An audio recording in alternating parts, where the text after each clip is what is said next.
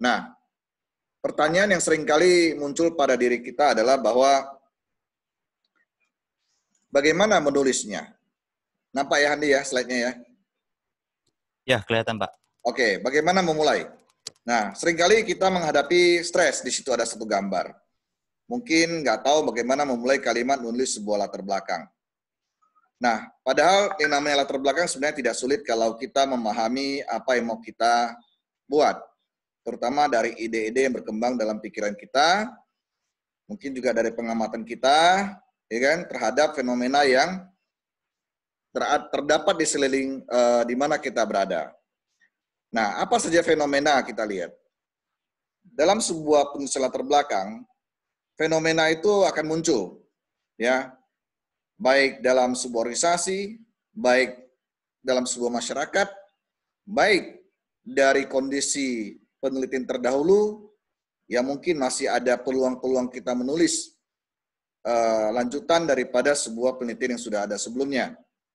Nah, persoalannya dari fenomena yang berkembang, kadang-kadang ada kesulitan menemukan apakah saya cocok menulis latar belakang atau dengan topik tertentu. Nah, yang perlu kalian pahami pertama kali adalah setelah baik yang mau menggunakan objek atau yang tidak menggunakan objek, itu harus menemukan akar masalahnya dulu. Itu yang pertama. Nah, dalam menentukan akar permasalahan mungkin ada kesulitan. Apa sih yang terjadi atau terdapat pada kondisi di sekitar yang Anda amati?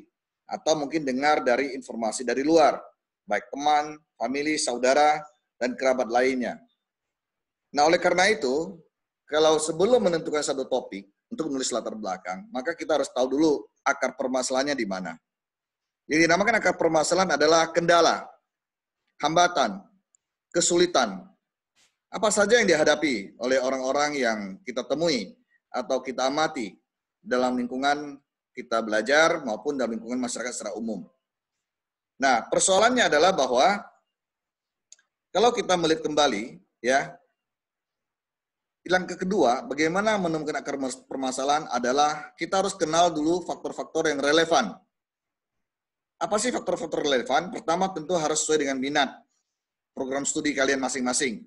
Terutama di sini adalah sistem informasi, maka kita bisa melihat bahwa dalam konteks informasi ya ada beberapa kasus yang akan muncul. Nah, kasus-kasus yang muncul itu belum tentu relevan. Kenapa tidak disebut relevan? Karena kita harus berpikir ke arah sisi informasi, bukan ke arah manajemen, bukan ke arah ekonomi, bukan ke arah bidang ilmu yang lain. Itu yang namanya relevan. Jadi sebelum kita bisa memutuskan akar masalahnya, kita harus kenali dulu faktor-faktor yang relevan tadi saya sebutkan. Kemudian kita juga harus tahu jenis informasi yang harus dikumpulkan dan bagaimana caranya. Nah, ini juga penting, karena berbicara pengumpulan data, itu adalah satu hal yang mungkin tidak mudah. Ya, kadang-kadang kita bingung mencari datanya atau data apa yang harus kita kumpulkan.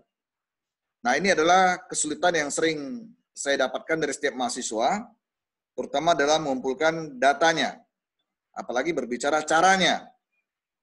Nah, kemudian yang berikutnya juga kita harus lihat, manfaatkan informasi. Artinya apa? Pada saat kita mau mengumpulkan lalu dengan cara mengumpulkan data, kita harus tahu informasi apa yang mau kita dapatkan atau kita peroleh.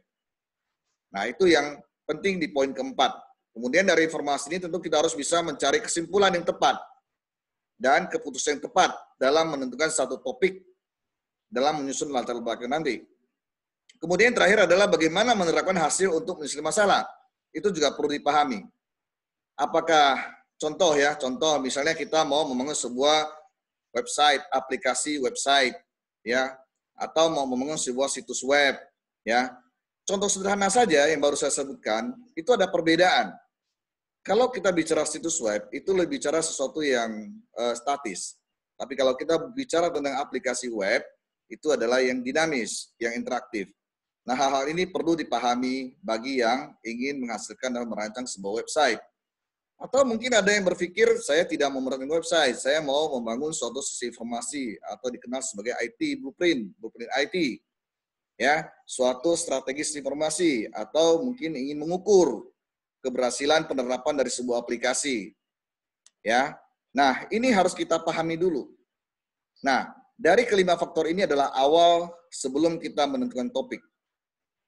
Kalau kalian sudah bisa menuliskan jawabannya dari 5 poin ini, saya yakin kalian bisa menemukan topik yang sesuai dengan kemampuan dan kesiapan Anda sekalian dalam menulis latar belakang. Setelah fenomena yang kita amati, kita kenal, ya, kemudian kita tentukan kondisi-kondisi yang bermasalah atau terjadi hambatan dalam sebuah proses bisnis, maka kita mulai mencoba menentukan kaidah berikut. Kaidah berikut adalah terkait dengan identifikasi masalah. Dari 5 faktor yang awal tadi, dari fenomena yang kita jumpai, nah berikutnya adalah bagaimana menentukan atau mengidentifikasi masalah yang ada di sekeliling kita atau yang kita amati. Pertama adalah proses terpenting dalam sebuah penelitian sebelum merumuskan latar belakang dan permasalahan. Jadi identifikasi masalah inilah kembali kepada 5 faktor sebelumnya. Kenali akar permasalahan, cari topik yang relevan, bagaimana cara kemudahan kalian mendapatkan data dan kemudian mengumpulkan datanya, apakah tepat, apakah sesuai dengan bidang ilmu, kemampuan kalian dalam menghasilkan skripsi tersebut. Nah, itu yang pertama. Jadi, merumuskan latar belakang dan permasalahan yang penting. Kedua adalah menjelaskan masalah yang ditemukan dan bagaimana hal itu dihubungkan dengan prosedur penelitian. Banyak kali kita melihat atau menemukan, sudah menemukan judul atau topik, namun mengalami kendala. Apa kendalanya? Kendalanya adalah yang terkait dengan prosedur penelitian.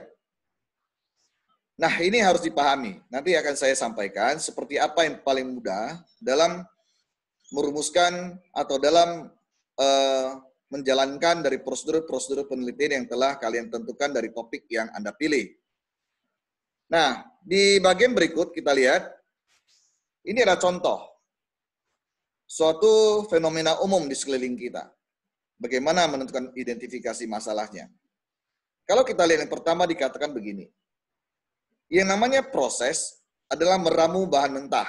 Jadi seperti dalam gambar itu orang mau memasak ya sesuatu. Nah, kita perlu bahan bakunya, bahan mentahnya. Nah, kita harus meramu.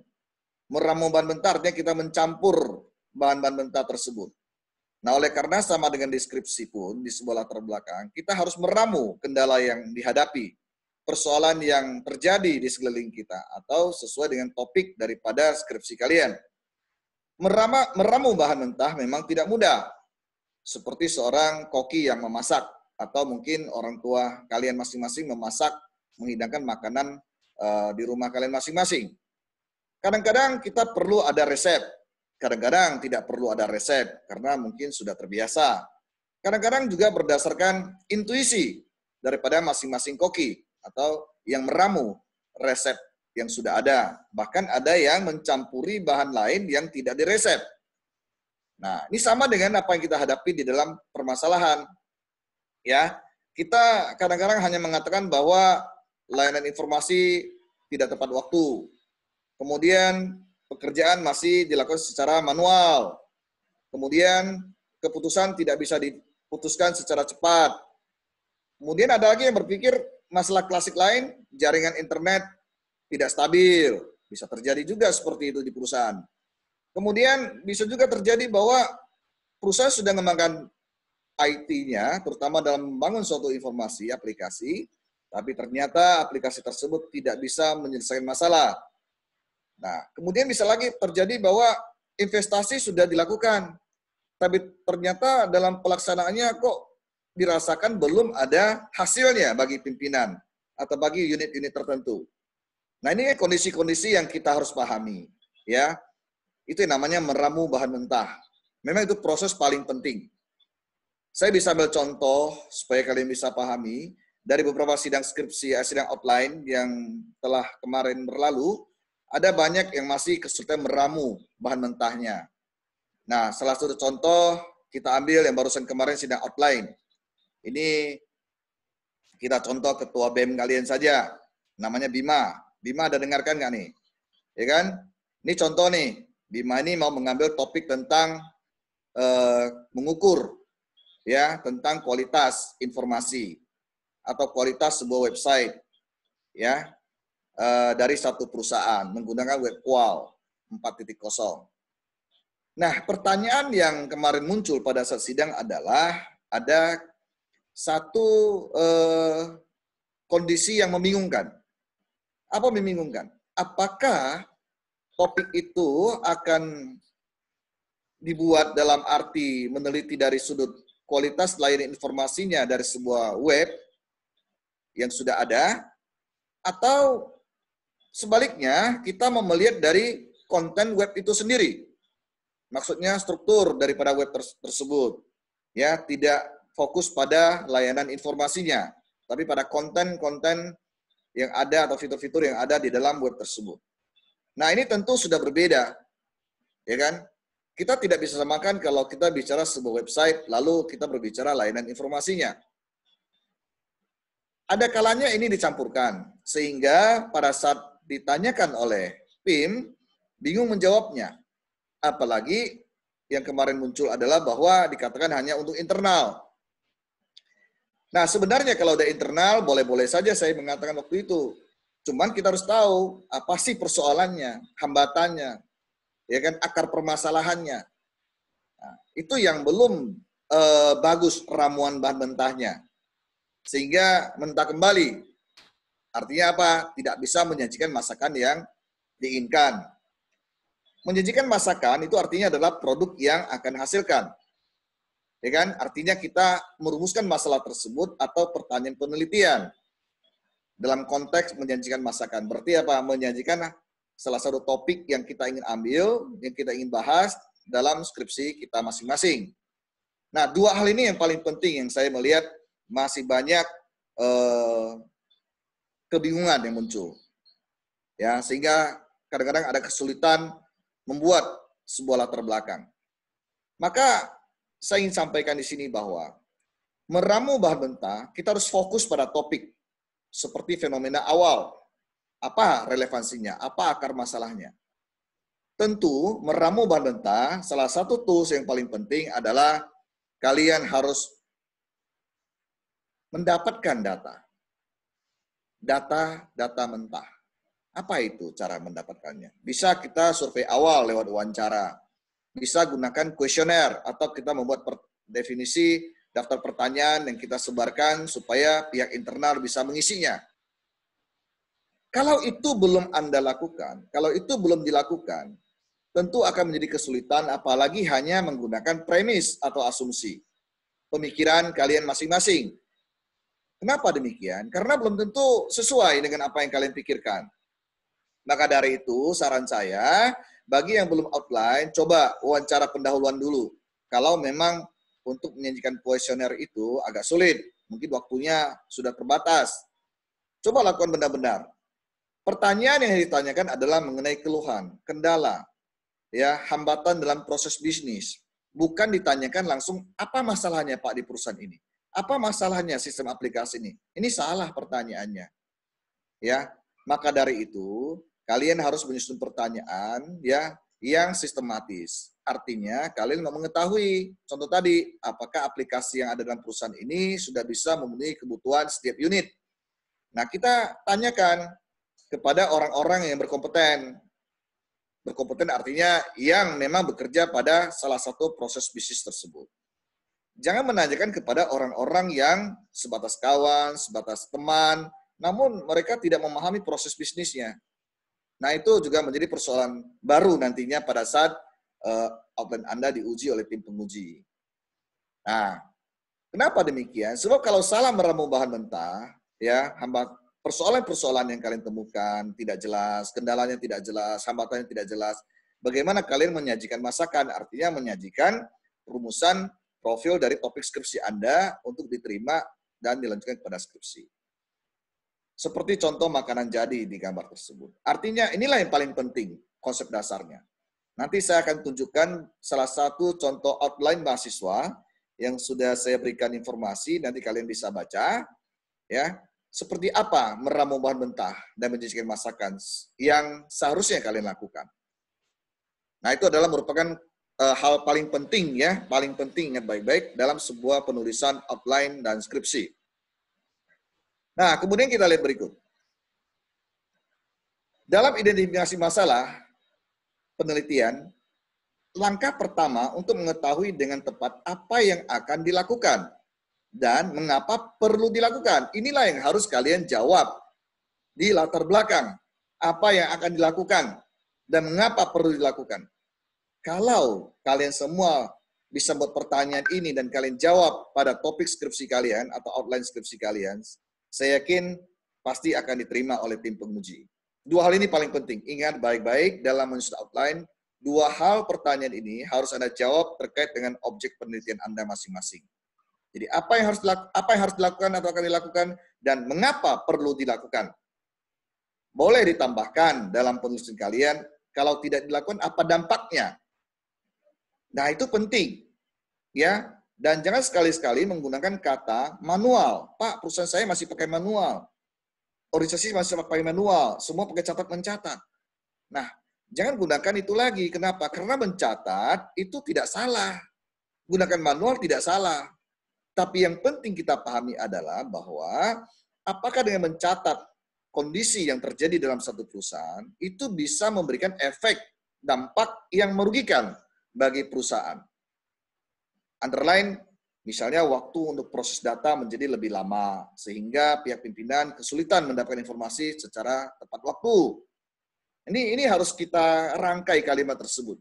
Kalau misalnya ada yang menggunakan kata manual, jangan hanya menuliskan sistem lama masih manual, titik atau koma, sudah bingung nanti apa masalahnya kalau dengan manual. Nah, inilah yang kita jumpai juga dalam setiap proses penulisan atau proses pengujian outline skripsi kalian masing-masing. Kemudian kita lihat. Nah, ini adalah pertanyaan-pertanyaan yang perlu dirinci dari dua pertanyaan awal. Ini paling penting, ya. Pertama, apa perdebatan saat ini tentang masalah tersebut? Artinya apakah ada konfrontasi di dalam satu perusahaan atau ada suatu kondisi di mana terjadi atau terdapat antara satu proses bisnis dan proses bisnis lain itu tidak memiliki relasi, tidak ada terhubung. Nah, dan menurut penelitian apa yang hilang?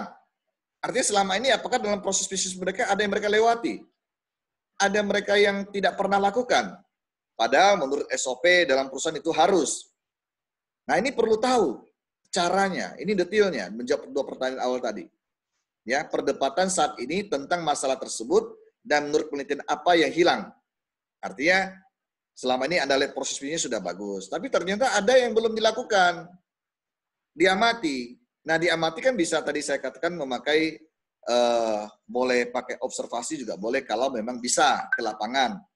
Tapi karena kondisi sekarang ini kan sulit ya ke lapangan ya, mencari data ya, mengumpulkan data ya. Maka akan lebih baik kalau menggunakan model kuesioner online, pertanyaan tidak usah panjang-panjang, tapi bisa memenuhi kebutuhan kalian masing-masing. Ya, minta mereka untuk jawab, berikan informasi lewat kuesioner online. Ya, kalau bisa ketemu orangnya, melakukan wawancara singkat itu juga lebih bagus. Jadi ada kombinasi dari wawancara dan kuesioner awal. Siapa yang terkena dampak masalah? Siapa ini? Dalam satu perusahaan kan banyak unit kerja, baik pimpinan, baik manajer, baik staff, baik operasional. Nah, siapa yang paling dampak kena masalahnya? Bisa juga dari sudut eksternal, pihak pelanggan, pihak nasabah, pihak masyarakat yang berinteraksi dengan pihak perusahaan tersebut. Nah, siapa yang terkena? Kemudian apakah ini sudah menjadi masalah sebelumnya atau baru ditemukan? Artinya apakah selama ini perusahaan sudah menghadapi kondisi seperti itu? Atau mungkin saja pada saat Anda bertanya, mereka baru mengatakan bahwa ini baru terjadi nih. Baru terjadi atau sebenarnya itu boleh, sah-sah saja untuk nulis dalam satu skripsi. Ya, karena kemarin juga ada salah satu outline mengatakan bahwa aplikasi ini baru.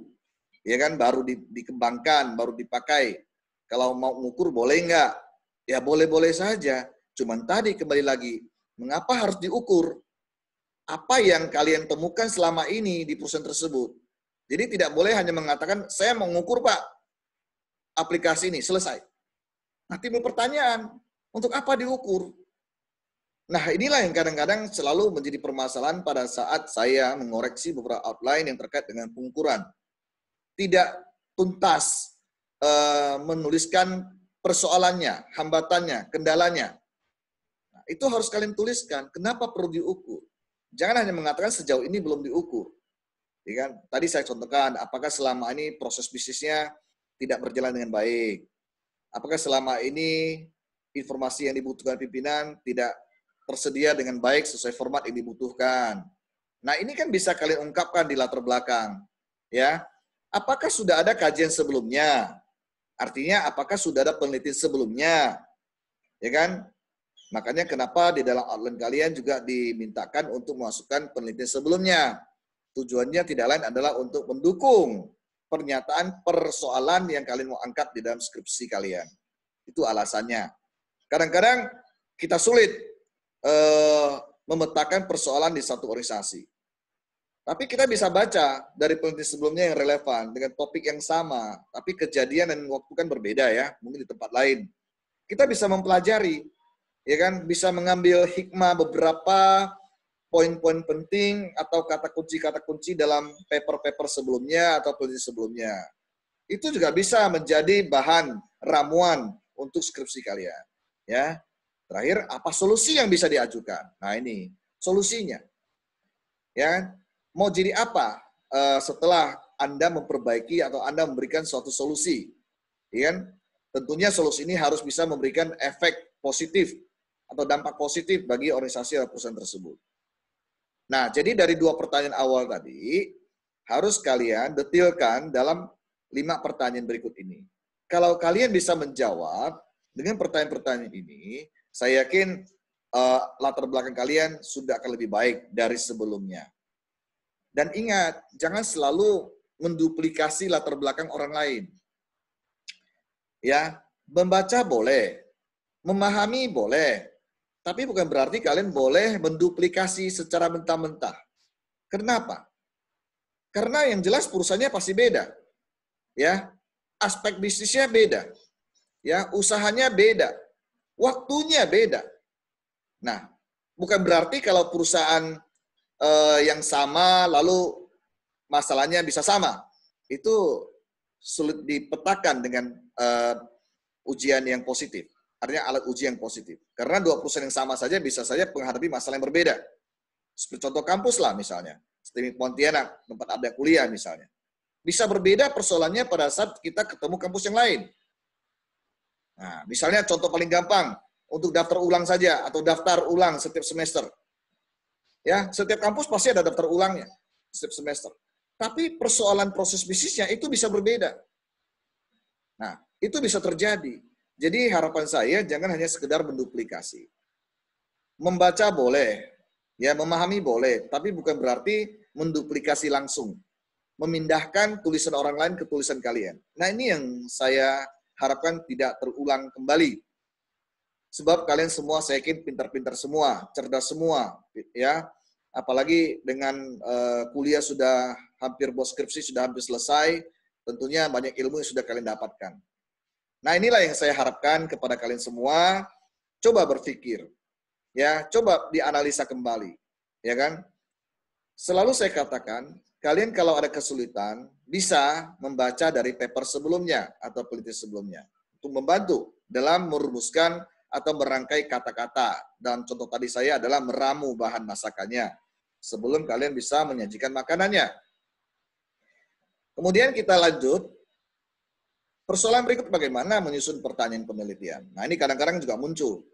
Sebab saya temukan banyak pertanyaan penelitian yang merupakan duplikasi juga dari contoh-contoh atau dari skripsi sebelumnya. Padahal lokasi, aplikasi, kebutuhan itu berbeda. Contoh yang paling umum adalah banyak dari teman-teman kalian mengambil contoh IT balance scorecard. Ya, ada yang ngambil di bank, ada yang ngambil di CU, ada yang ngambil di perusahaan swasta, pemerintah, itu beda sudah. Karena apa? Contoh IT balance scorecard saja, itu ada satu konten penting, yaitu membahas tentang keselarasan antara strategi perusahaan dengan strategi IT. Nah, ini yang harus diperhatikan. Ya kan? Nah, dalam mengukur IT balance scorecard, bagi yang mengambil topik-topik di pemerintahan, itu juga harus hati-hati. Kenapa? Karena pemerintahan itu biasanya sudah punya proses bisnis yang tidak bisa dirubah. Ya, sudah ada komponen-komponen penting yang harus dilakukan. Cuman memang di lapangan kadangkala dari mereka tidak menjalankan SOP-nya dengan baik atau proses bisnisnya dengan baik. Nah, mungkin karena persoalan itu tidak cocok ambil IT Management Scorecard. Mungkin kita bisa cocok ambil kepada manajemen perubahan, change management. Kan kalian juga belajar mata kuliah manajemen perubahan atau change management. Nah, jadi kita harus bisa memahami itu semua dulu. Ya kan? Nah, kembali kepada pertanyaan slide ini. Bagaimana menyusun pertanyaan penelitian? Ingat baik-baik, pertanyaan yang disusun akan lebih baik kalau memang ada topik yang sesuai dengan penelitian sebelumnya dan dia ada pertanyaan penelitiannya. Kalian boleh duplikasi, tapi ingat harus modifikasi kembali. Namanya amati, tiru, dan modifikasi. Selalu saya katakan seperti itu. Kenapa? Karena kalau penelitian itu ada di daerah lain, di provinsi lain, di perusahaan yang skalanya beda, tentu tidak sama dengan skala di perusahaan yang Anda teliti. Nah, itu harus disesuaikan. Jadi tidak boleh hanya sekedar mengambil, menduplikasi, jadilah sebuah latar belakang penelitian. Karena kalau kalian mampu ya membuat pertanyaan dengan baik, itu adalah roh atau jiwa dari sebuah penelitian. Karena penelitian semua berasal dari bagaimana kalian membuat pertanyaan awal. Awalnya di mana? Awalnya pada saat Anda contoh dari slide sebelumnya. Apa yang menjadi hambatan selama ini, persoalan selama ini, ya kan? Nah itu, jadi kalau keliru dalam membuat pertanyaan, maka kelirulah persepsi dan pemahaman Anda terhadap skripsi yang kalian mau buat, ya kan? Nah, kemudian contoh lagi yang kemarin ada satu, barusan sidang online juga, tentang penyewaan alat berat. Nah, kalau kita berbicara di pemerintahan, penyewaan alat berat, mereka tidak seperti swasta ya, memakai kontrak karena anggaran pemerintah. Nah, tentu berbeda kalau kita mencontoh penyewaan alat berat dari pihak perusahaan swasta. Nah, inilah yang saya katakan selalu. Pahami dulu kontekstual daripada akar permasalahan dengan topik yang kalian mau angkat. Apakah relevan, apa tidak. Nah, saya berikut akan menunjukkan begini. Dalam menyusun pertanyaan penelitian, ada skemanya. Skemanya ada 5 hal yang harus Anda perhatikan dan apakah sudah ada di latar belakang kalian. Pertama, harus sistematis. Sistematis artinya sesuai dengan struktur kalimat yang Anda jabarkan, yang Anda sampaikan, yang Anda ketikkan, yang Anda tuliskan, itu harus sistematis. Ya, sistematis itu bisa memakai framework dari umum ke khusus atau dari khusus ke umum. Itu bisa dua cara yang bisa dipakai. Kemudian tentu juga harus rutin, artinya rutin itu apakah terjadi selama ini secara terus-menerus persoalan dihadapi oleh perusahaan. Nah, kita harus tahu rutinnya itu. Kemudian apakah kritis nggak? Rutin belum tentu kritis. Ya kan? Kalau sudah rutin, kita bisa mengamati dari yang rutin tadi tersebut, dari selama ini atau setelah berjalan, adakah yang kritis? Adakah yang memiliki peran penting yang menghambat kinerja perusahaan saat ini? Itu harus kalian temukan. Nah, temukannya lewat dari paparan saya sebelumnya, yaitu dari 2 pertanyaan awal yang kemudian dirinci menjadi 5 pertanyaan secara mendetil dalam merumuskan latar belakang. Kemudian harus objektif. Objektif artinya bukan berarti harus punya objek ada perusahaan atau organisasi, bukan maksudnya seperti itu. Maksudnya adalah bahwa memang benar persoalan itu terjadi di perusahaan tersebut. Itu artinya objektif. Ya, transparan lah.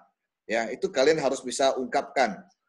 Tidak boleh hanya ikut-ikutan atau hanya sekedar menduplikasi paper dari yang sebelumnya. Kemudian juga harus logis. Logis artinya masuk akal, bisa diterima atau tidak. Nah, jangan membuat sesuatu yang tidak logis. Ya kan? Nah, 5 aspek penting ini ya menjadi ciri khas utama, konten utama dari sebuah latar belakang. Kalau kalian bisa memaparkan 5 konten ini, tentu tidak akan mengalami kesulitan pada saat kalian sidang offline atau membuat skripsinya. Dan saya yakin Anda atau kalian semua bisa mempertahankan topik skripsi kalian. Nah, contoh yang tidak sistematis, saya kemarin ketemu satu anak lagi. Ini saya nggak tahu lagi nonton apa tidak, ikuti seminar ini.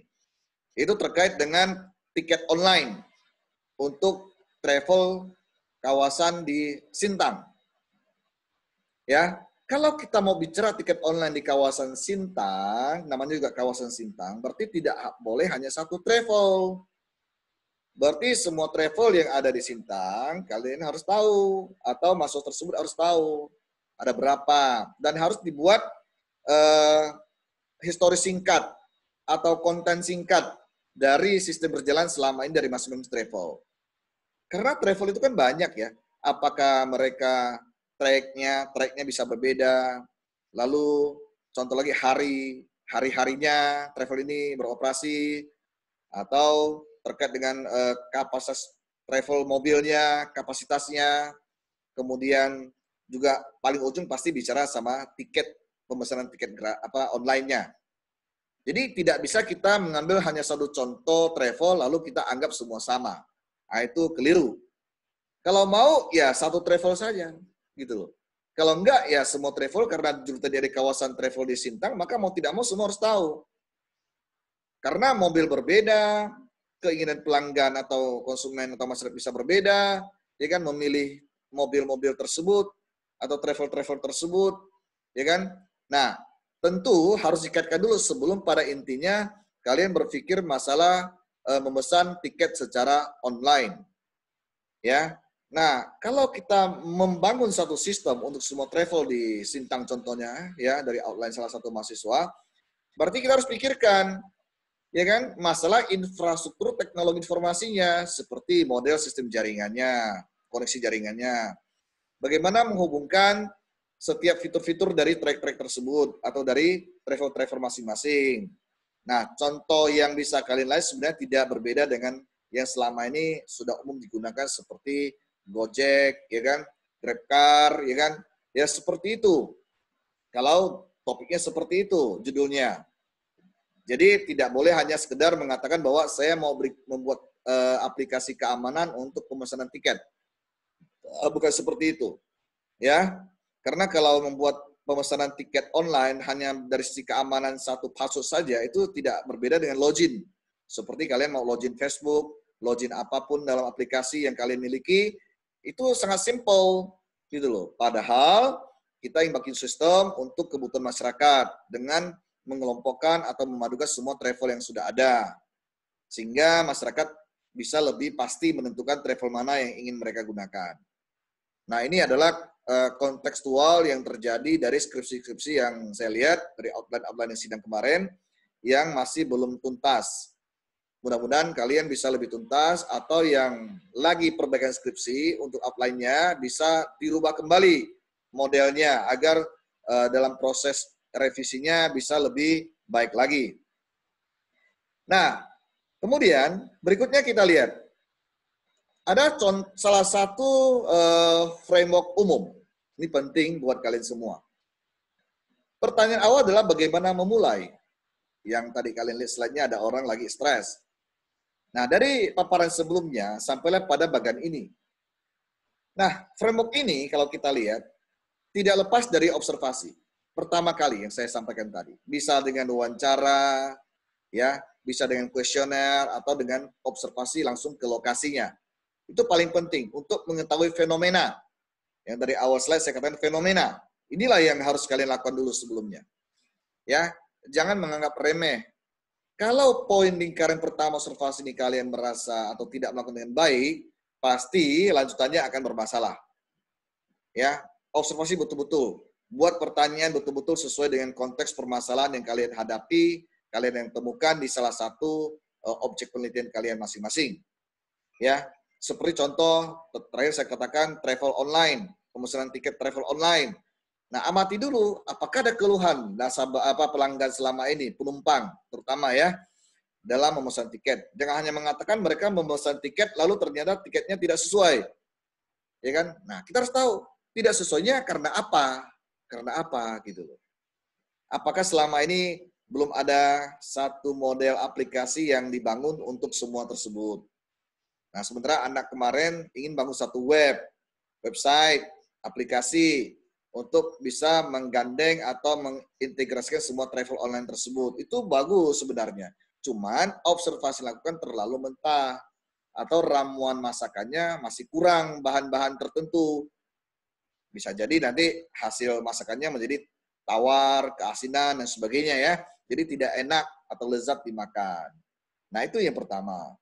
Kedua, caranya memudahkan adalah diskusi dengan teman-teman, diskusi dengan orang-orang yang lebih tahu dari unit travel lain, misalnya di Pontianak misalnya, kan tadi bahasnya di Sintang nih, coba boleh diskusi, atau dengan teman-temanmu yang lain yang seringkali menggunakan mode travel balik kampung misalnya, pulang kampung atau kemana gitu ya, menggunakan travel bis, mobil, boleh diskusi. Itu penting untuk mempererat, mempertajam apa yang kalian telah observasi. Kemudian tentu kalian harus libatkan kajian literaturnya. Apakah terkait dengan literatur yang kalian sudah tempuh mata kuliahnya. Jangan sampai membuat topik skripsi atau outline skripsi ternyata tidak relevan dengan bidang ilmu kalian. Nah itu juga banyak kejadian tuh saya temukan tidak sesuai.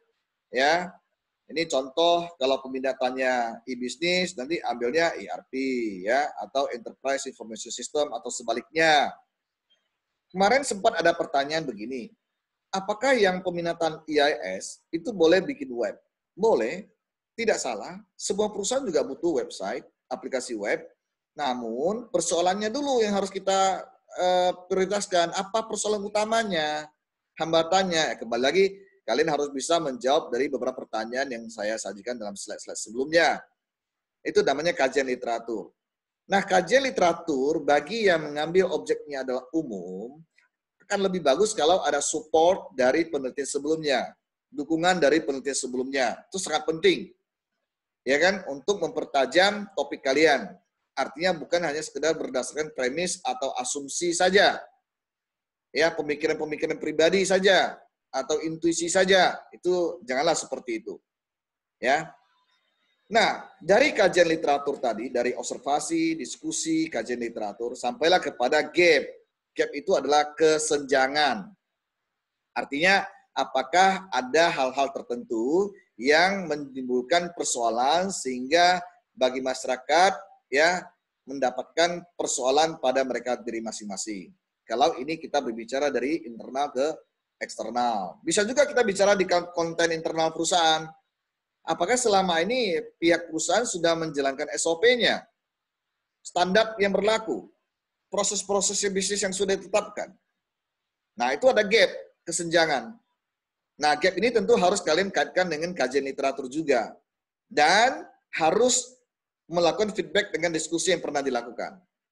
Bisa saja kalian pada saat temukan gap mungkin tidak begitu yakin, tidak begitu jelas. Boleh diskusi kembali dengan orang-orang yang kalian mungkin pilih atau tetapkan bisa memberikan informasi memperkuat skripsi kalian atau online dari skripsi kalian. Itu perlu dilakukan seperti itu. Lakukan iterasi beberapa kali. Tujuannya adalah memperkuat ya latar belakang kalian. Ya. Nah, dari hasil kesenjangan tadi muncullah suatu model kebaruan. Novelty saya katakan. Kebaruan itu penting. Kebaruan bisa dalam arti mungkin dari sisi pendekatan atau metode yang berbeda dari sebelumnya. Kebaruan juga bisa berbeda dari sisi kontekstual, fitur-fitur dari sebuah aplikasi ya yang sebelumnya nggak pernah atau belum pernah dihasilkan atau dibuat. Tapi Anda mau menambahkan fitur-fitur tersebut seperti itu boleh. Itu namanya kebaruan novelty-nya. Nah, dari gap ke novelty, boleh juga diskusi lagi. Apakah itu suatu kebaruan dengan pihak perusahaan? Tanyakan. Oh iya, betul. Kami belum pernah selama ini berpikir seperti itu. Nah, ini kan sebuah peluang buat Anda, buat kalian semua. Untuk bisa menekankan pada topik outline kalian, novelty tersebut. Untuk skripsi satu udah cukup sebenarnya. Ya, yang penting kalian mampu memahami kebaruan itu terkait dengan pelajaran kuliah yang sudah Anda tempuh selama ini. Jangan cari kebaruan tapi ternyata tidak sesuai, tidak relevan dengan bidang mata kuliah yang Anda pelajari selama ini. Nah, itu juga menimbulkan permasalahan. Maka kalau kita lihat, ada 3 lingkaran yang selalu akan terjadi incremental, iterasi di situ. Ada diskusi, ada gap, ada novelty. Ini akan berulang-ulang untuk mempertajam kondisi persoalan yang kalian mau angkat sebagai outline skripsi dan skripsi nanti tentunya. Kemudian, nah, bagaimana dengan ujungnya kalau kalian lihat? Ada tanda panah yang melengkung. Itu maksudnya adalah bahwa kita harus setelah kita diskusi, kita coba telusuri kembali, berpikir kembali dari observasi awal yang kalian lakukan, terhubung nggak? Ada integrasi nggak dengan novelty yang kalian mau hasilkan dari suatu kebaruan yang dari sistem lama belum ada. Ada sebuah peluang karena kalian menemukan ada keluhan-keluhan masyarakat. Nah, coba dipikirkan kembali. Nah, ini satu framework yang kalian harus pakai dalam skripsi apapun. Ya, topik apapun. Artinya kajian literatur ini atau framework ini tidak hanya bisa dipakai untuk anak sistem informasi. Anak teknik informatika juga bisa pakai. Anak bidang materi jurusan lain juga bisa. Inilah yang memperkuat bagaimana kalian bisa menentukan posisi kalian yang lebih tepat dalam penulisan topik skripsi dengan kemampuan kalian menyelesaikan topik skripsi tersebut. Sampai dalam arti contoh masakan tadi, bisa menyajikan masakan yang lezat, enak, dan sesuai. Ya, sebab ingat, kita contoh mungkin berbeda, ada yang namanya makanan ya, ada yang sarapan pagi, makan siang, makan malam ya. Nah, tentu kan kadang-kadang menunya beda-beda ya, menunya beda-beda. Padahal satu rumah, satu keluarga, menunya dibuat beda-beda. Tapi ada kadang-kadang juga sarapan pagi belum selesai, masakan masih ada, pakai makan siang. Ada juga, karena mungkin siang ada keperluan tertentu, tidak punya waktu untuk memasak kembali. Nah, itu juga bisa, artinya meneruskan dari sarapan pagi menunya ke makan siang. Nah, itu bisa juga artinya dari melanjutkan penelitian sebelumnya ke penelitian yang Anda lakukan. Melanjutkan. Artinya penelitian sebelumnya ada misalnya ditemukan sesuatu fitur yang belum ada, yang belum pernah dibuat oleh teman-teman Anda, kalian lanjutkan. Itu boleh. Nah, inilah yang pokok persoalan yang kita jumpai dalam skripsi, dalam sidang outline selama ini. Saya mengharapkan kalau ini kalian bisa memahami dengan baik framework ini, kalian saya yakin bisa lulus ujian outline, bahkan selesai menyelesaikan skripsi kalian tepat waktu. Nah, dari framework ini kita coba beralih berikut. Ada satu research background framework. Saya katakan research background framework. Ini saya buat sendiri dan ini belum pernah ada di dunia ini model framework ini, ya. Jadi framework ini saya membuatnya berdasarkan pengalaman selama ini bertahun-tahun yang saya lihat kelemahan-kelemahan setiap mahasiswa, ya. Kalau yang framework pertama tadi adalah tentang bagaimana memulai, kalau framework ini adalah bagaimana mengerjakannya. Bagaimana mengerjakannya. Nah, jadi caranya sekarang. Ya, perhatikan baik-baik. Ada 3 fase dalam sebuah latar belakang, tidak lebih. Ingat baik-baik, ada 3 fase. Bagi yang sudah pernah ketemu saya jelaskan pasti masih ingat. Ada 3 fase. Ada 3 fase. Kita coba lihat. Saya membuat warna kuning di fase pertama. Itu ada artinya. Artinya kita harus hati-hati. Seperti lampu merah kan, siap-siap gitu. Fase pertama. Fase pertama itu bukan paragraf pertama. Fase pertama itu bisa lebih dari 1 paragraf, tergantung kebutuhan masing-masing. Nah, fase pertama itu adalah fenomena penelitian yang tadi paling awal saya sampaikan. Kalian cari ya persoalan-persoalan yang terdapat di sekeliling Anda atau kalian temukan dari informasi orang lain. Anda dapatkan dari teman Anda, dari keluarga Anda, dari rekan-rekan sahabat Anda. Itu sebuah fenomena. Nah, kalian buat dulu fenomenanya. Kemudian konten adalah sesuai dengan topik daripada skripsi kalian. Ya, harus sesuai. Jangan sampai fenomenanya berbeda, kontennya berbeda.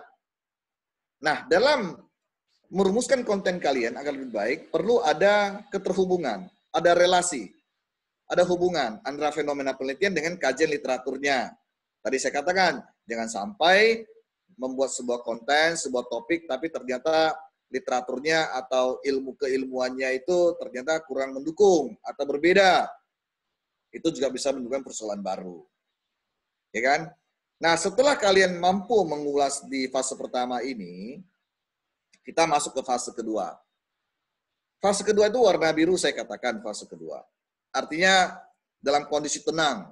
Kalau air biru kan tenang gitu ya, biru kan fresh ya, menggambarkan gitu. Sudah memahami fenomena, konten yang kamu tulis, literatur pun sudah ada. Nah, kita kaitkan dengan masalah penelitian atau persoalan-persoalan yang muncul.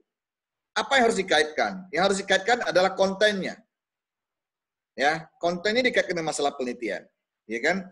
Kalau tanda panah yang samping berikutnya, samping kiri saya atau samping ya, itu tanda panah yang melengkung. Itu artinya harus kalimatnya harus ada relasinya dari sisi kalimat. Harus ada kalimat penghubung, biasa saya katakan, kalimat penghubung. Ya. Kalau tidak ada, nanti orang bahasanya tidak sistematis. Kembali lagi 5 kriteria pertama. Sistematis, rutin, ada kan kalian masih ingat ya, kemudian ada yang namanya logis, ada yang namanya objektif, ya. Nah, itu perlu diperhatikan poin-poin tadi. Nah, pada saat kalian mengaitkan dan sesuai dengan konten dari dalam urusan masalah penelitian, perlu didukung penelitian sebelumnya. Selama ini kan penelitian sebelumnya dari contoh lama kan dilakukan di akhir-akhir. Wah, di akhir-akhir nih, latar belakang nih, di akhir-akhir.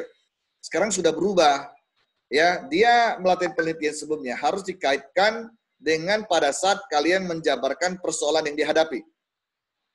Jadi ada dikaitkan dengan penelitian sebelumnya, itu tolong diperhatikan. Ya. Waktu mengaitkannya, jangan tulis judul penelitian orang lain. Langsung tuliskan apa hasil dari penelitian tersebut. Tidak perlu tuliskan tujuannya. Saya masih nemukan loh, ada yang tuliskan tujuan penelitian sebelumnya, judulnya lagi. Itu terlalu banyak penjelasan uraiannya, itu tidak penting. Yang penting apa? Penelitian sebelumnya itu, pertama relevan dan apa hasilnya. Bisa mendukung penelitian kalian. Nah, itu yang paling penting saya katakan. Ya. Jadi harus ada support dengan penelitian sebelumnya. Terkait dengan topik kalian. Makanya tadi tanda panahnya ada konten ke masalah penelitian. Kalau tanda panah yang sebelahnya lagi adalah tentang bagaimana membangun kalimat yang relevan dan terintegrasi. Jadi ada relasinya, ada keterhubungannya. Jadi sistematis kalau orang bacanya tidak akan bingung. Kemudian yang fase ketiga, itu tanda merah. Berarti siap-siap nih, ini paling bahaya nih. Ya, kalau tidak mampu ini ya pasti kacau juga outline-nya gitu loh. Saya buat angka gambar merah di fase ketiga. Nah, fase ketiga ini apa? Kalian harus bisa mengaitkan konten dengan solusi. Nah, di slide sebelumnya tadi kan ada sebut di poin terakhir ya, solusinya apa? Harus dikaitkan. Jadi kalimat itu harus dibuat terkait satu sama lain. Inilah yang saya katakan selalu, tidak bisa kalian copy paste orang lain. Ya, gaya kalimat, gaya menyabarkan, memaparkan, itu pakailah kalimat kalian sendiri. Tapi tentu kalian harus kaitkan dengan konten dan solusinya. Nah, garis tanda penghubung yang merah, yang lengkung tadi, itu juga artinya relevansi kalimatnya. Harus menyambung kalimat ke bawahnya. Jangan terputus. Ya. Nah, pada saat kalian berbicara kaitkan konten dan solusi, perlu juga disupport dengan penelitian sebelumnya. Dalam kurung ada solusinya. Ya, nanti saya kasih contoh seperti apa menerapkan framework ini. Ya. Nah, begini. Nanti habis dari slide ini, saya akan tampilkan satu slide contoh koreksi saya terhadap outline salah satu mahasiswa. Nanti kalian akan lebih paham. Tapi paham dulu framework ini. Ada fase pertama, fase kedua, fase ketiga. Ya, selalu kaitkan. Ya, jangan lagi duplikasi dengan contoh-contoh yang lama. Ya, ubah model frameworknya seperti ini. Ingat, penelitian sebelumnya ada dua model ya. Satu penelitian sebelumnya untuk support masalah penelitian, satunya penelitian sebelumnya adalah solusinya. Artinya orang pernah menulis penelitian terdahulu dan dia gunakan itu sebagai solusi dan kalian pakai. Tentu dalam kalimat mengapa pakai metode tersebut itu perlu dijabarkan. Ya, nah ini satu framework yang saya pikir kalau kalian ikuti dengan baik ya pasti akan beres atau bisa diterima online skripsinya ataupun skripsinya nanti secara keseluruhan. Nah, sebelum saya masuk ke tahap bagaimana menjabarkan framework ini sesungguhnya, ya kan? Dari framework ini, saya ingin kalian mungkin ada yang bertanya dulu. Mungkin Andi, silakan, Pak Andi. Baik, Nanti Pak. saya akan katakan seperti apa. Mungkin ada yang mau diskusi dulu sementara. Oke, Sampai sejauh ini, silakan.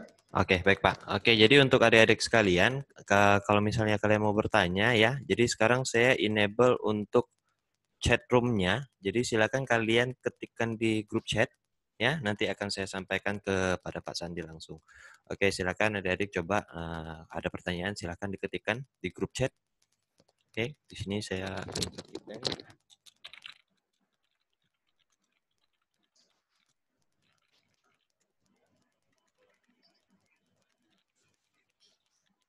Kalau tidak ada, nanti bisa langsung saya berikan contoh.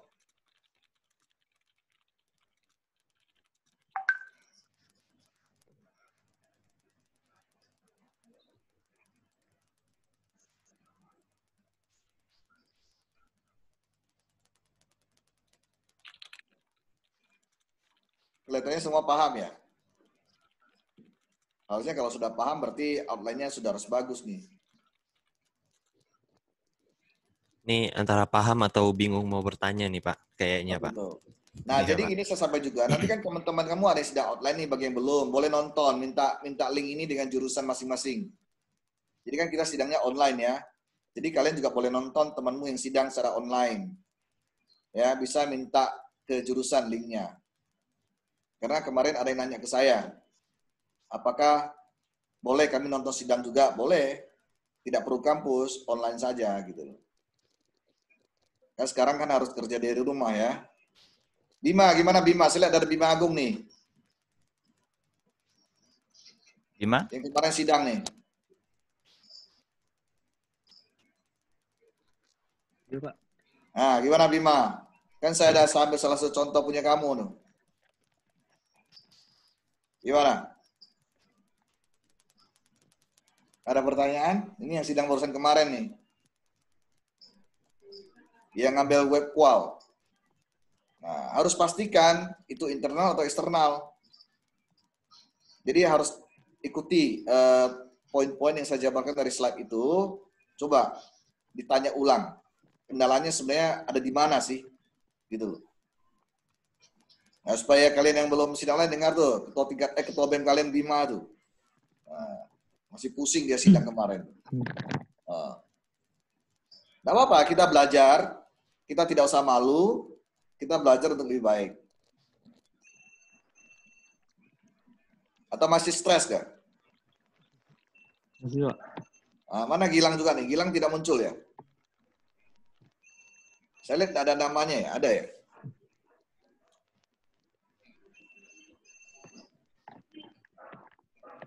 Gak ada namanya ya? Iya, nggak ada Pak. Gak ada, lagi tidur kali itu. Atau lagi stres. Hah? Ya oke, yang mau tanya silakan ya. Saya udah buka Jangan grup malu, chatnya. kan kita online, kan nampak muka kalian nih. Jangan malu-malu. Ini saya lihat nama-nama yang hadir.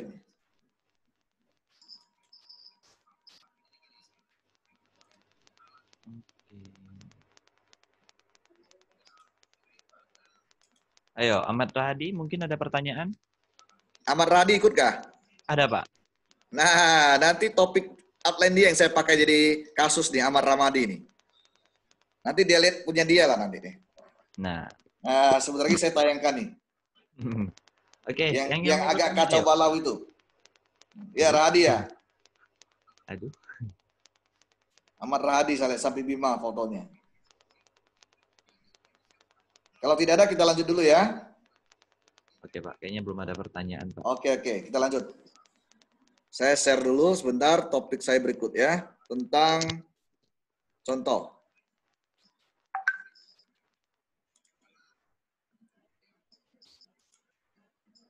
Nampak Andi mereka?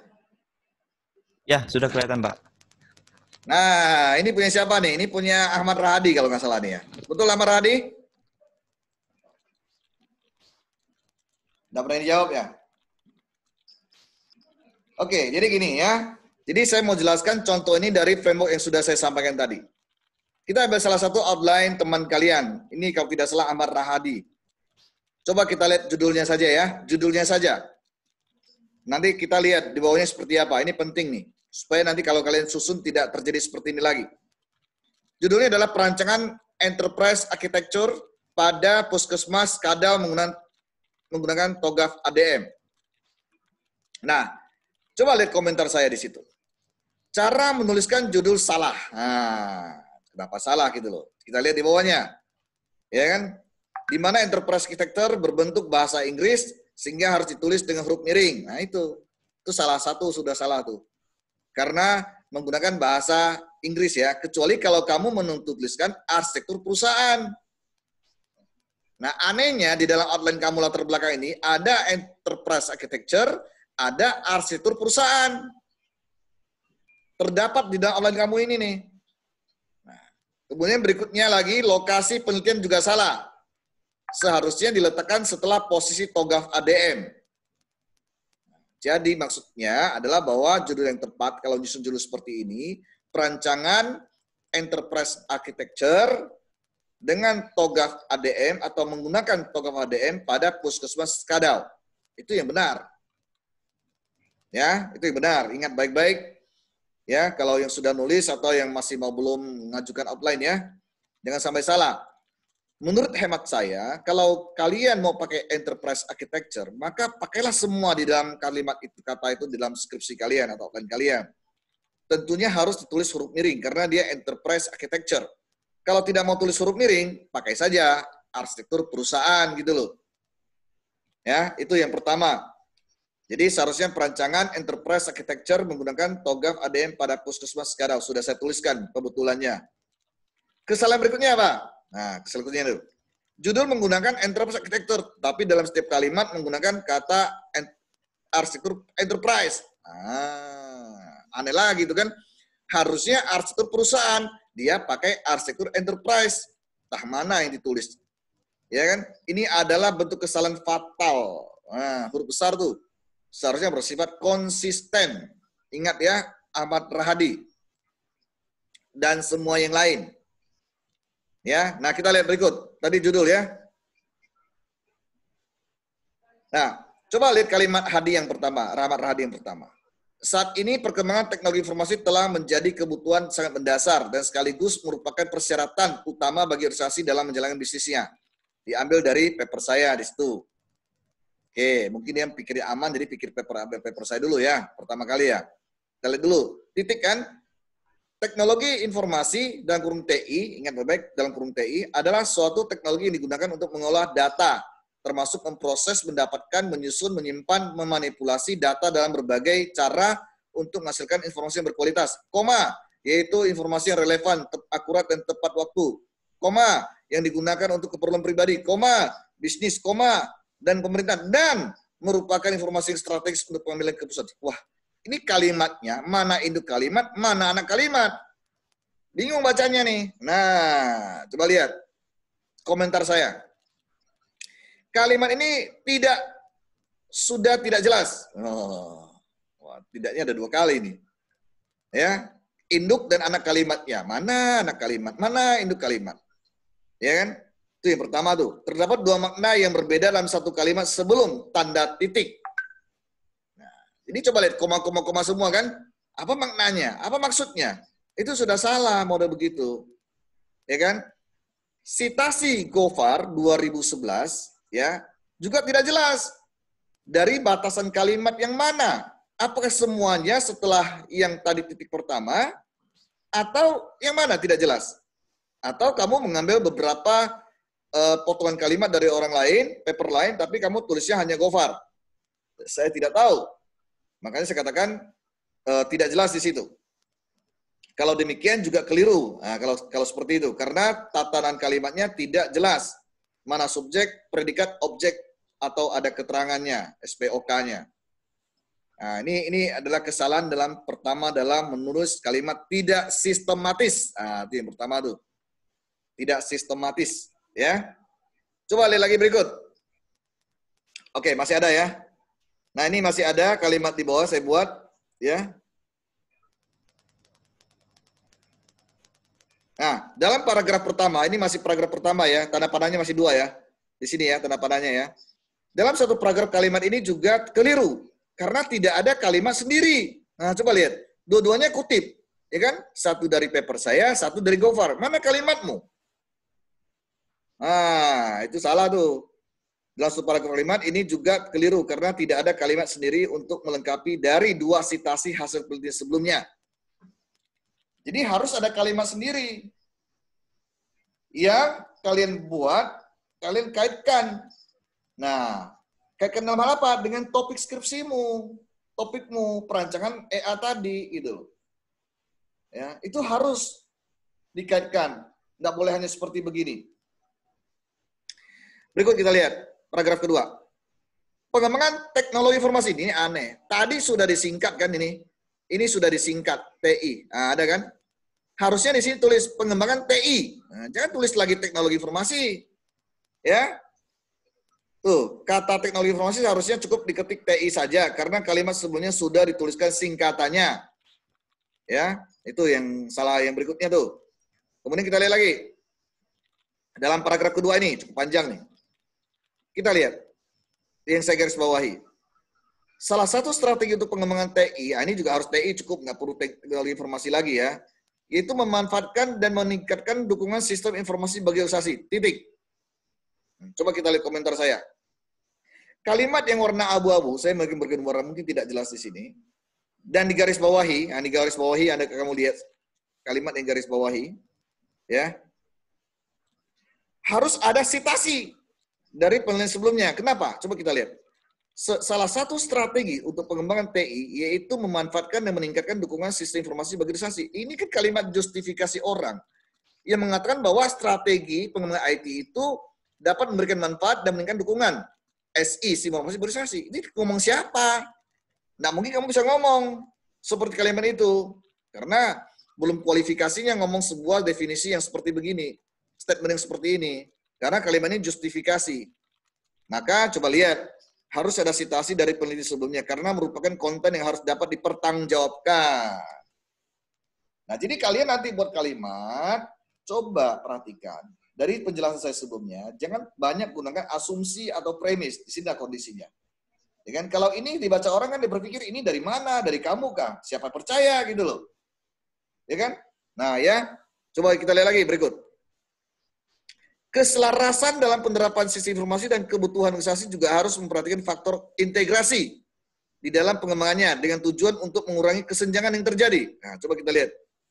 Kalimat juga warna abu-abu membutuhkan citasi dari penelitian sebelumnya karena merupakan kalimat justifikasi dan memiliki makna yang harus dipertanggungjawabkan. Nah, jadi tidak boleh kalian ungkapkan sendiri. Jadi inilah tulisan scientific paper atau scientific skripsi. Ini perlu ada satu kejelasan keilmuan yang kamu gunakan atau di sini amarah digunakan dalam menulis latar belakangnya. Nah, kemudian kita lihat. Ini kalimat bawah nih. Untuk menghilangkan kesenjangan tersebut, maka diperlukan sebuah paradigma dalam merencanakan bla bla bla dengan arsitektur enterprise. Itu kan. Coba ada konsisten yang tidak konsisten terjadi antara arsitektur perusahaan, arsitektur enterprise arsitektur. Nah, jadi kamu lihat tidak ada keselarasan antara kalimat satu dengan kalimat lainnya. Artinya tadi kalau dari poin pertama berarti sudah tidak sistematis. Nah, kan? Kita lihat lagi berikut. Nah, ini warnanya nampak nih kayaknya. Tiba-tiba, coba kalian lihat. Kalimat ini untuk menghilangkan kesenjangan dikutip dari Tianingsi, tiba-tiba muncul Puskesmas kado. Mana hubungan kalimatnya? Itu tadi saya bilang. Tidak ada relevansi antara kalimat sebelumnya dan kalimat berikutnya. Coba dia keterangan. Kalimat diawali puskesmas tidak relevan dengan kalimat sebelumnya. Seharusnya kalimat ini memiliki hubungan dan kaitannya dengan kalimat dari paragraf sebelumnya. Berarti harus buat kaitan kalimat, ya, paragraf untuk menyambungkan kalimat puskesmas ini. Nah, ini juga tidak ada. Coba lihat lagi berikut. Yang warna hijau nih, nampak nih. Kata dengan, nah ini dengan nih. Tidak boleh diawali sebagai kawal kalimat, karena dia merupakan kata penghubung. Dengar baik-baik ya, semuanya.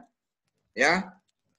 Ditulis oleh Ahmad Rahadi, bertambahnya jumlah kunjungan pasien per tahunnya, maka informasi layanan kepada pasien juga beragam. Tidak boleh diawali dengan kata dengan. Ini saya kasih contoh, walaupun sangat sederhana, tapi tidak boleh ada kata penghubung di depan. Lalu berikutnya lagi. Kalimat yang warna pink ini. Ya, setiap poli melakukan rekam medik file masing-masing, titik. Ini koma ya. Sehingga data rekam medik pasien tersebar ke masing-masing poli. Coba kita lihat komentarnya. Kali ini sama sekali tidak ada hubungan dengan kalimat sebelumnya. Pada satu paragraf loh. Dan kalimat berikutnya. Kalimat warna hijau dengan kalimat pink. Nah, saya buat. Coba lihat. Kalimat warna hijau ini dengan kalimat pink ini tidak ada hubungan. Ya kan? Kamu ada kalimat tengah-tengah di sini. Hal tersebut diperlukan oleh kepala puskesmas dalam rangka meningkatkan layanan kesehatan puskesmas kepada masyarakat. Apa yang dibutuhkan? Apa yang dibutuhkan? Tidak jelas memang. Tiba-tiba setiap poli ya melakukan rekam medik. Aneh. Warna pink ini tidak nyambung ke kalimat ini, Warna hijau ini tidak masuk ke kalimat ini. Nah, coba perhatikan ya, susunan kalimatnya. Ini sudah saya katakan tidak konsisten. Baru konsisten saja, tidak sistematis sudah. Apalagi bicara tentang logis, rutin, dan sebagainya. Mungkin objektif ada, karena ini adalah ada objek di Puskesmas Kadal. Ya, nah coba kita lihat. Ya, tidak ada relevansinya. Tiba-tiba di bawah kalimat, coba lihat lagi. Nih, AE, Artificial Enterprise, adalah sebuah logis. Ini kan definisi. Ya kan? Coba lihat. Di komen 10. Kalimat ini warna kuning. Ini saya berikan warna kuning, tidak nampak nih.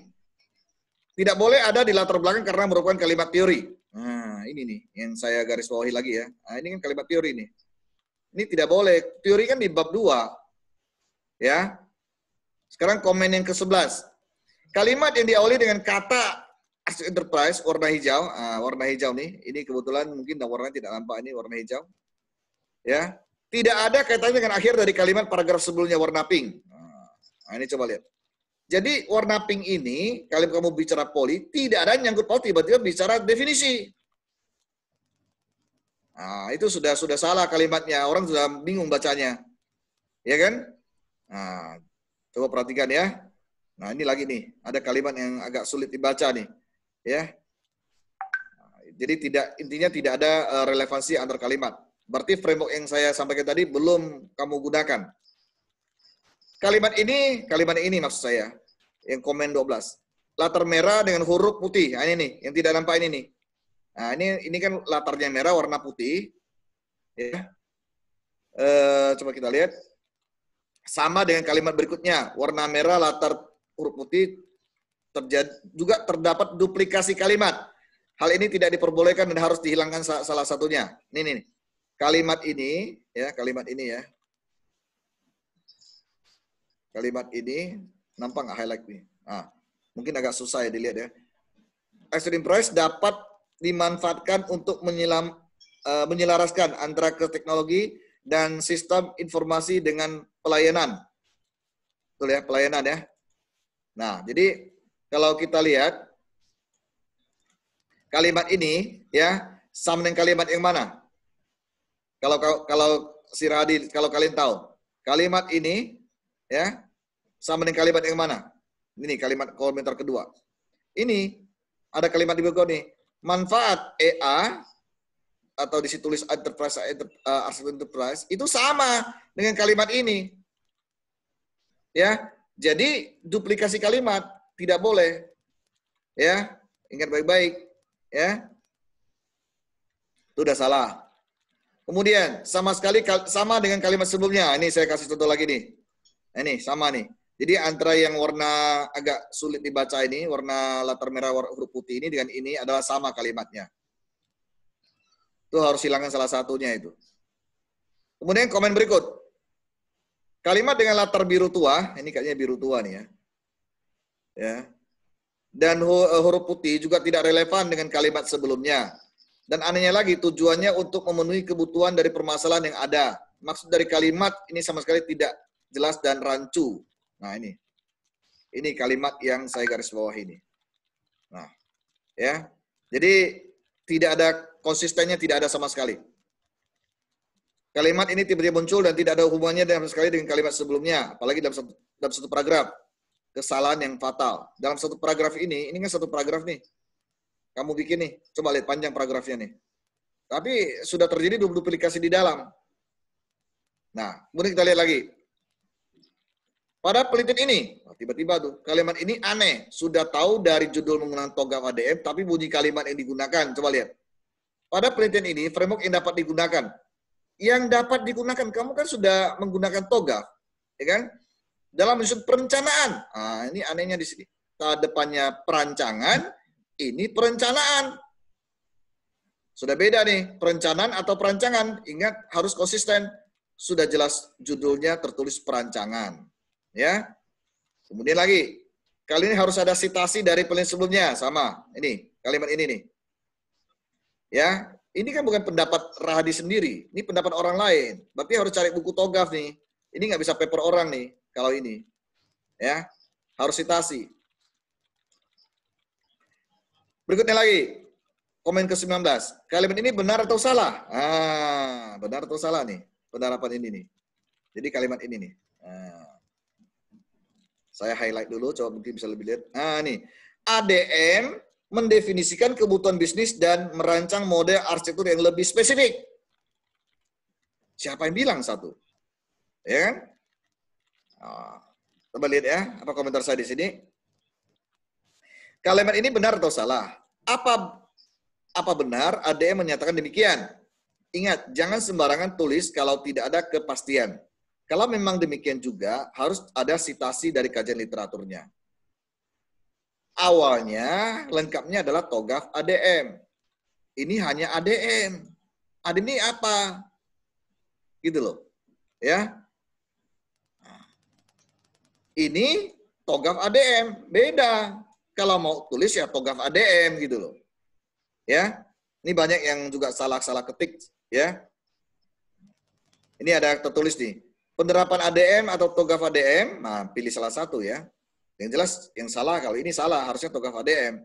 Selain itu, ini arsitektur perusahaan, nah saya tanya lagi, karena muncul arsitektur perusahaan, tidak konsisten dengan judul nih. Atau arsitektur enterprise, sekali lagi, ingat harus konsisten.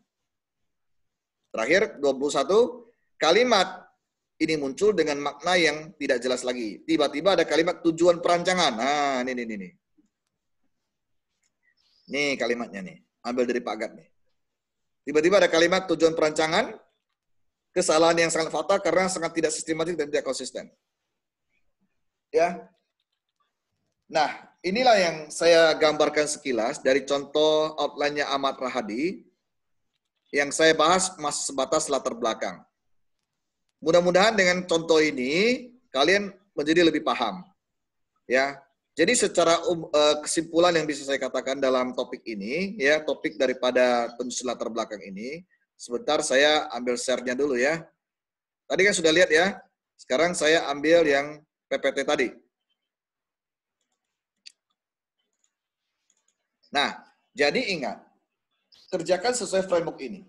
Kalau kalian lihat tadi yang punya si Rahadi, ya, masalahnya tidak ada sama sekali. Nah, coba saya kembali lagi share-nya. Punya Rahadi nih. Saya share ulang lagi. Nah, tadi kita bicara mana masalahnya? Apa kalian temukan kalimat masalahnya? Kendalanya? Hambatannya? Tidak ada. Aneh kan? Jadi tidak ada persoalannya dalam topik ini. Mau buat EA, mau rancang EA, tapi kenapa? Hanya gara-gara memberikan layanan informasi yang baik. Yang baik itu seperti apa? Apa selama ini bermasalah? Masalahnya seperti apa? Dampaknya seperti apa? Ini tidak ada sama sekali. Gitu loh. Ya kan? Nah, jadi ikutilah contoh daripada framework ini. Saya share lagi framework ini. Ya. Ikuti fase-fase ini. Ya, konten masalahnya. Ya, dan harus dikaitkan dengan penelitian sebelumnya. Ya kan? Penelitian sebelumnya adalah hasil dari paper orang lain, bukan kajian teori dari paper orang lain. Kalau Rahadi tadi hanya kajian teori atau pemaparan orang lain, tapi bukan hasil penelitian orang. Nah, itu sudah salah itu. Ya. Nah, jadi ingat, susun kalimat harus seperti ini. Sistematis, rutin, kritis, objektif, logis. Ini saya ulangi sedikit, beberapa slide penting. Nah, bagi yang belum atau mau sidang online, tolong lihat ini. Bagaimana memulai? Perhatikan. Nanti outline-nya harus ada dukungan seperti ini. Fase-fasenya jangan sampai nggak ada lagi. Ya, seperti ini fase 2-3 fase. Ini boleh beberapa paragraf, ini boleh beberapa paragraf. Silakan. Yang penting ikuti framework ini. Ya, ikuti framework ini. Bagaimana kita mencari dan membuat pertanyaan penelitian dari sini? Apa yang akan dilakukan? Dan mengapa perlu dilakukan? Secara detail ada di sini. Inilah jawaban-jawaban yang kalian bisa bangun untuk latar belakang kalian dengan pertanyaan seperti ini. Tentunya disesuaikan dengan lokasi objek penelitian masing-masing. Ya. Nah, ingat sekali lagi dua model ini slide bagaimana memulai dan slide ini penting kalian pahami. Jadikanlah hasil seminar virtual kali ini untuk konsumsi Anda, sarapan pagi kalian masing-masing, dua framework ini, ya, contoh sudah ada, nanti kalau kalian butuh contoh saya koreksi punya Ahmad Rahadi, ya nanti bisa di-sharekan. Nanti Pak Handi yang akan sharekan. Saya akan kirim ke Pak Handi nanti. Ya, kalian boleh minta dengan Pak Handi, nanti Pak Handi yang sharekan. Ya kan, PowerPoint ini juga boleh kalian share, saya akan kasihkan. Ya, kalian boleh sebagai pemahaman kembali. Ya kan?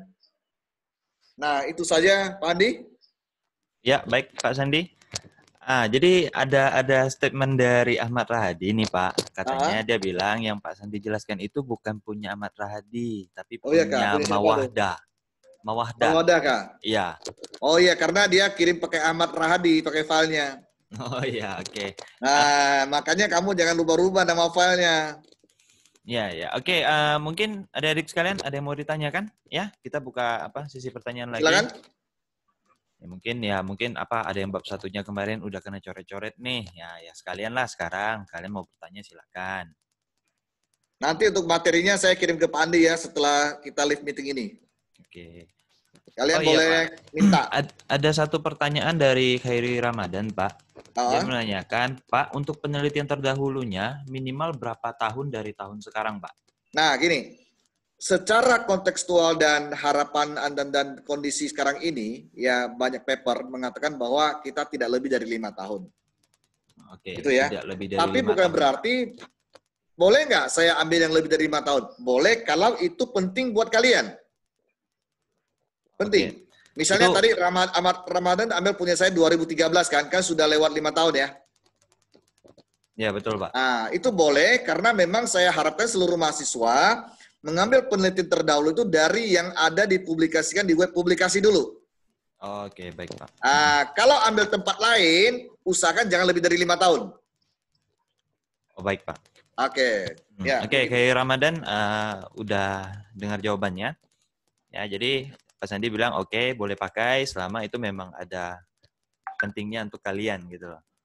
Ya, dan kalau memang dari web publikasi STIMIC ya itu tidak masalah. Kalau misalnya lewat dari 5 tahun, betul ya Pak Sandi ya? Ya. Ya, oke. Nah, itu boleh kalian pakai. Tapi kalau misalnya dari institusi luar, jurnal sistematika. Ya, betul Pak. Oke. Nah, ada lagi untuk kayak Ramadan jelas?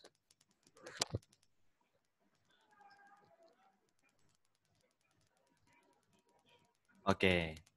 Mungkin ada lagi yang mau bertanya?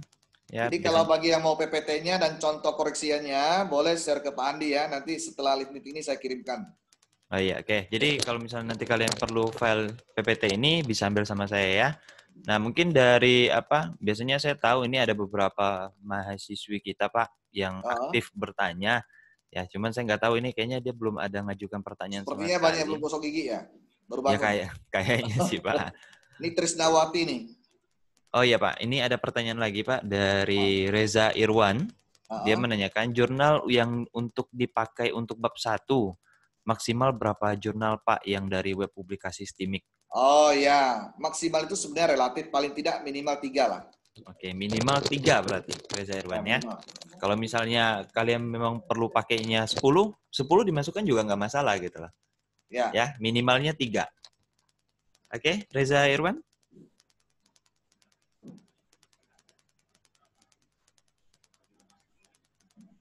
Oke, ada lagi yang mau tanya? Gak apa-apa, tanya aja kalau jangan malu dengan teman-teman yang lain.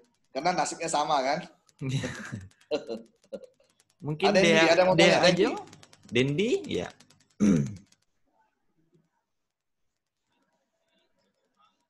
Saya menghargai semua ikut pada pagi ini karena banyak yang juga tidak ikut.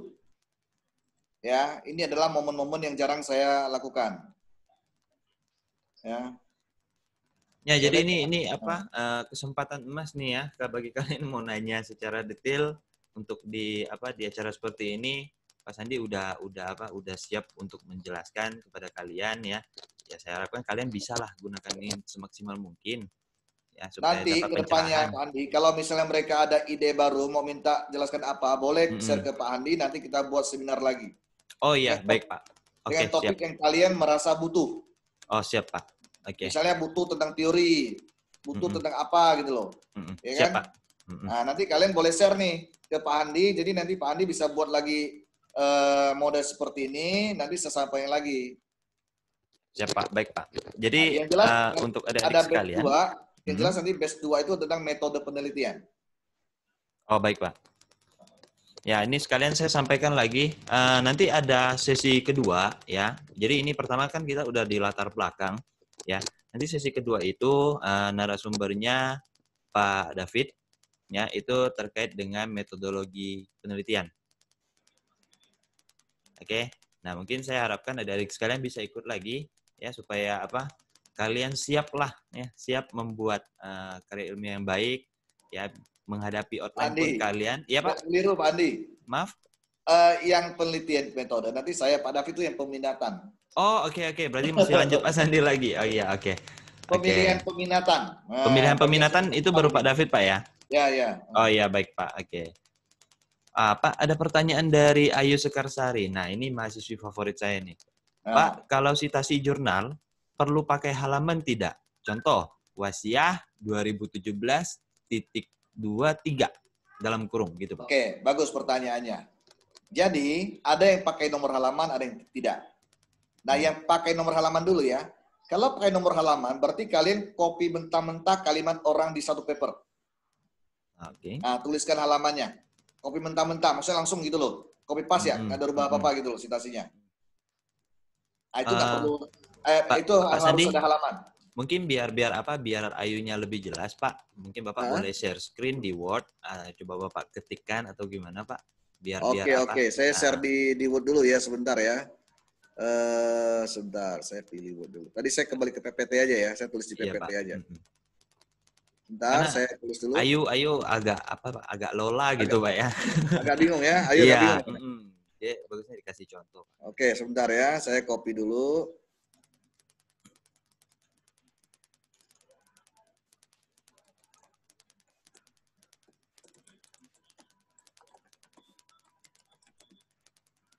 Ini saya nomor halaman.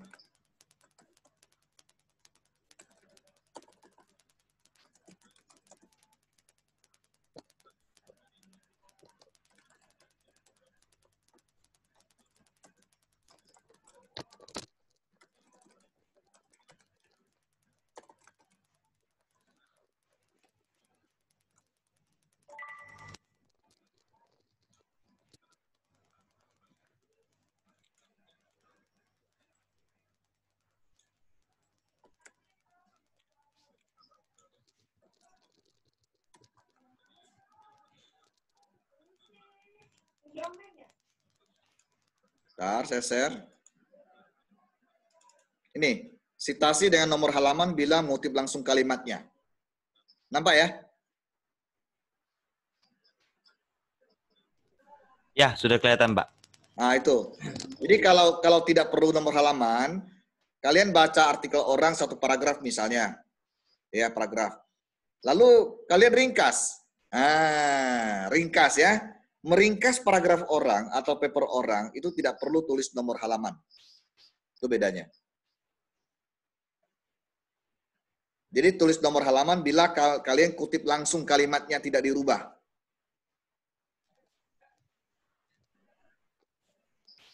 Gimana Ayu? Ayu gimana? Bisa dimengerti? Oh iya, baik Pak, paham katanya. Oke. Pak, berikutnya ada pertanyaan dari Dian Alfian, ya. Dia nanya, Pak, kalau skripsinya tidak ada objek perusahaan, apakah framework yang dijelaskan Pak Sandi ada langkah-langkah tambahan, Pak? Atau nggak ada, sama aja? Oh, berarti sama aja. Sama. Oke. Itu bisa dipakai ada objek dan tidak ada objek.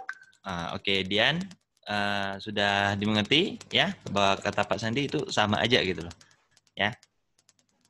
Oke, kemudian ada pertanyaan dari Khairi Ramadan lagi, Pak. Dia bilang, Pak, bagaimana kalau terdapat citasi yang ingin kita ambil dari orang tersebut, tetapi orang tersebut ambil dari citasi orang lain juga? Boleh, cantumkan saja. Cantumkan dari paper yang kamu baca. Oke. Oke, jadi kita mensitasi dari paper yang kita baca gitu, Pak ya? Betul satu. Ya? Kemudian titik koma atau koma dan orang yang tulis paper itu bagian yang dia kutip. Bagian yang dia kutip. Oh, Jadi berarti ada dua orang jadinya. oh iya Pak, berarti dari paper yang dia sitasi, kemudian paper yang udah disitasi sama dia, terus baru yang mahasiswa, betul Pak ya? Betul, betul, betul. Berarti Jadi kita berarti citasinya ada dua nih. berarti ada Dua dua nama yang sitasi. berbeda dalam satu paper. Oh iya, oke. Gimana Khairi Ramadan sama Dian?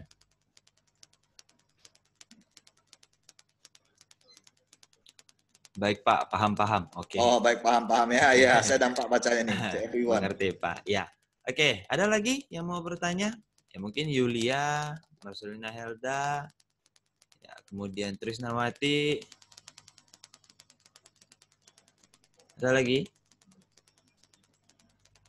Kalau tidak ada, boleh kita live dulu. Tidak ada? Nanti kalian boleh tuliskan apa yang ingin kalian butuhkan dalam skripsi. Nanti kita buat seminar online seperti lagi. Yang penting ada kebutuhan kalian, apalagi yang sulit yang dihadapi selama ini. Ya, nanti saya akan mungkin survei ya. Kalian boleh sampaikan ke saya sekiranya kalian perlu pelatihan apa nih terkait dengan skripsi kalian, yang kalian perlukan apa. Nanti kita akan mengadakan lagi workshop seperti Misalnya ada yang tidak ngerti UML. Kita ngajarin UML. Ya. Jelas ya, bisa kok, materi apapun boleh. Misalnya gambar UML tak ngerti nih, mau diajarin di UML, boleh. Ya Pak, ada pertanyaan dari Selvia nih Pak. Ah? Pak, kalau citasi dari buku, wajib pakai halaman ya Pak? Ya tadi sama. Kalau Sama. misalnya kalian kutip langsung kalimat di buku itu, tuliskan halamannya. Oh, iya. Okay. Tapi kalau baca satu halaman, baca satu paragraf, kemudian kamu ringkas, itu tidak perlu harus ada nomor halaman. Oh iya. Oke, Selvia nih, bisa dipahami apa yang Pak Sandi bilang?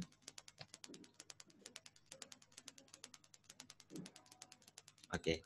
Nah, ini sekalian saya sampaikan ya. Jadi kalian akan dapat sertifikat ya. Saya minta kalian isi dengan benar data kalian. Jangan sampai salah email ya. Ini, ntar saya share di grup chat. Jadi silakan kalian isikan. Sertifikat itu bisa dilampirkan pada saat kalian untuk ini, skripsi atau untuk apapun bisa dipakai. Ya, itu ada linknya. Ya, silakan kalian isikan data kalian. Jadi untuk pengisian datanya itu sampai dengan jam 1 siang ini. Ya, lewat dari itu tidak akan dikirimkan lagi. Itu otomatis loh ya, otomatis.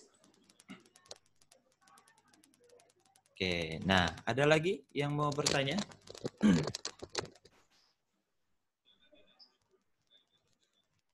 Ada lagi? Oh berarti udah paham semua nih ya? Wah, saya udah apa? Nggak sabar nih lihat kalian sidang nih. Yang belum sidang ya. Yang udah sidang saya pengen lihat yang sidang skripsinya lagi nih. Nanti berikutnya batch 2 tentang metode, jangan sampai lupa nggak ikut. Ya, jadi ada batch 2 lagi ya.